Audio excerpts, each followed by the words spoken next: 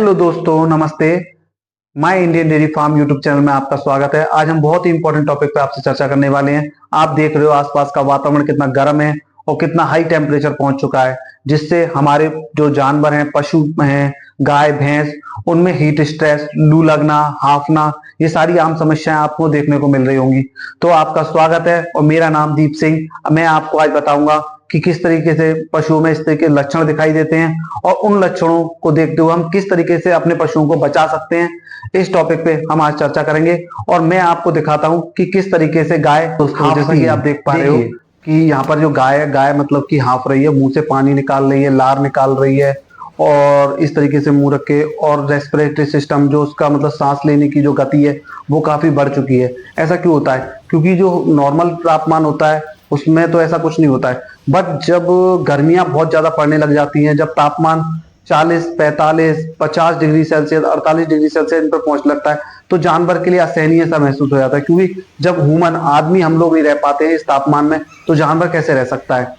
तो यही मतलब की कारण होते हैं हीट स्ट्रेस। और हीट स्ट्रेस के बाद, हीट स्ट्रेस तो पहली स्टेज होती है। ये जो आप देख पा रहे हो वीडियोस में, गाय जिस तरीके से हाँफ रही है, मुंह से पानी ला निकाल रही है, ये तो हीट स्ट्रेस है। इसका भी जब विकराल रूप, जब और ज्यादा टेम्परेचर कंट्रोल नहीं किया जाता है, कोई उपाय नहीं किया जाता है, तो हीट स्ट्रोक में आता है। उस समय जो भी गाय या भैंस होती है उसको बचाना बहुत नामुमकिन सा हो जाता है। तो ऐसा क्यों होता है? क्योंकि एक तो जो हमारे जो शेड बने होते हैं पशुओं को रखने की जगह, उनमें एक तो वेंटिलेशन की, दोस्तों जैसा कि आपने देखा कि पशु किस तरीके से हाँफ रहे थे, उनको गर्मी कितनी महसूस हो रही थी।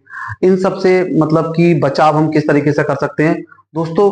अब ये जो मैं बातें बताने जा रहा हूँ वो आप कहीं लिख लेना या बहुत अच्छे से समझ लेना, क्योंकि ये बहुत इंपॉर्टेंट बातें हैं।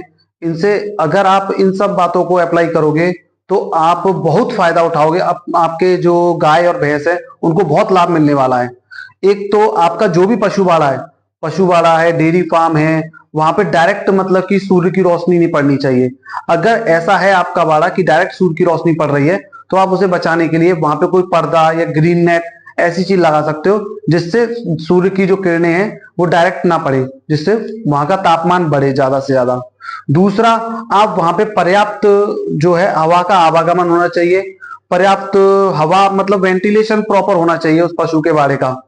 और पशुओं को सुबह और शाम के टाइम पर ही आप बाहर निकालें पशु बाड़े से। मतलब कि एक तो रात के टाइम पे बाहर रख सकते हो, सुबह के टाइम पे बाहर रख सकते हो। दिन में जब गर्मी पड़ती है उस समय पशु को शेड के अंदर रखें। जहां भी आपने पशु बाड़ा बना रखा है वहां पे आप अंदर ही रखें।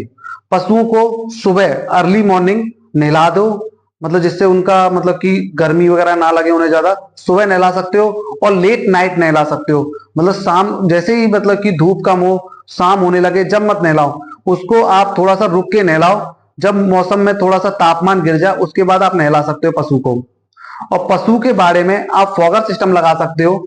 अगर आपका जो शेड है वो काफी ठीक ठाक है, तो आपके जानवर भी मतलब ज्यादा है, तो आप फॉगर सिस्टम का उपयोग कर सकते हो। किस तरीके से फॉगर सिस्टम काम करता है ये आप देख सकते हो।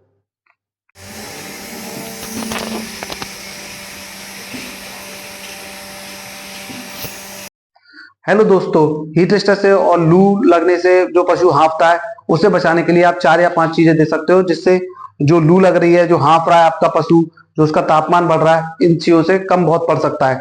पहली चीज बेलगिरी का फ्रूट ले सकते हो, बेलगिरी का फ्रूट दे सकते हो। दूसरा, आंवला चूरन आप 50 से 60 ग्राम पर डे अपने जो पशु का दाना पानी है उसमें मिला सकते हो, जिससे पशु पानी भी अच्छे पिएगा, उसका डाइजेशन सिस्टम भी अच्छा होगा। और तीसरा, रोग प्रतिरोधक क्षमता भी उसमें अच्छी पैदा होगी। आप सोडा बाई कार्ब को वैसे हम नेचुरली जानवरों में देते हैं ऑल्टरनेट, जैसे हफ्ते में 1 बार, हफ्ते में 2 बार। बट जब हीट स्ट्रेस, जब गर्मी बहुत ज्यादा पड़ती है, तो हम उनको कम मात्रा में 25 से 30 ग्राम पर डे की मात्रा में दे सकते हैं, जिससे उनका पाचन सही होता रहे। आप और तो दोस्तों, ये वीडियो आपको कैसा लगा? हमारे चैनल को सब्सक्राइब कीजिए, लाइक कीजिए। ऐसी ही इंफॉर्मेटिव वीडियोस आपको हमेशा मिलती रहेंगी। थैंक यू पूरी वीडियो देखने के लिए दोस्तों।